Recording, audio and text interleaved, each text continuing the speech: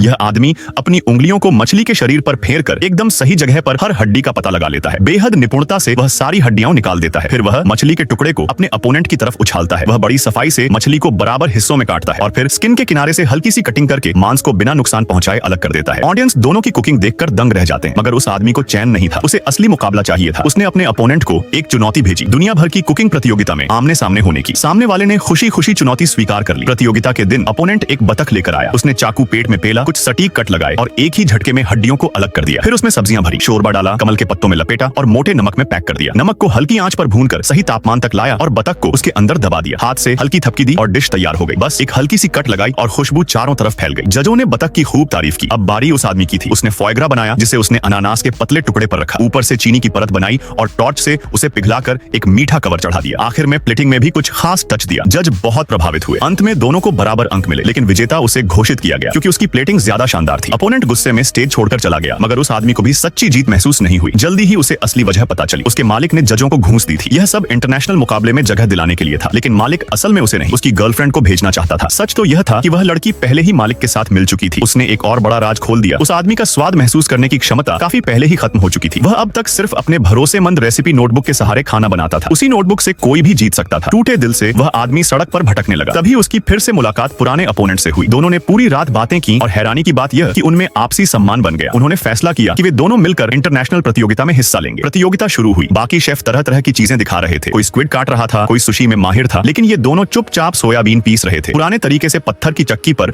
उन्होंने बेहद मुलायम soya milk तैयार किया। अपनी अपनी कला को मिलाकर उन्होंने सिर्फ एक डिश बनाई, टोफू। बाकी सबके महंगे और रंग बिरंगे डिश के मुकाबले उनका टोफू बेहद साधारण लग रहा था, लेकिन जब जजों ने चखा तो उन्होंने इन्हें पहला स्थान दे दिया। असल में उस टोफू में छुपा हुआ कमाल था। उन्होंने उसमें गर्म कोको मिलाया था, जब टोफू अभी हल्की जेली जैसी अवस्था में था। साथ ही शहद को छोटे छोटे बर्स्टिंग स्फेयर में बदला गया था, जो काटते ही मुंह में मिठास का धमाका करते थे। अलावा उन्होंने उसमें सिचुआन मिर्च डाली थी, जिससे एक हल्की झंझनाहट आई जो मिठास के साथ एकदम परफेक्ट बैलेंस बनाती थी। ऊपर से उस आदमी की खूबसूरत प्लेटिंग ने सबको चौंका दिया। देख क्या रहा है, लाइक भी कर दे।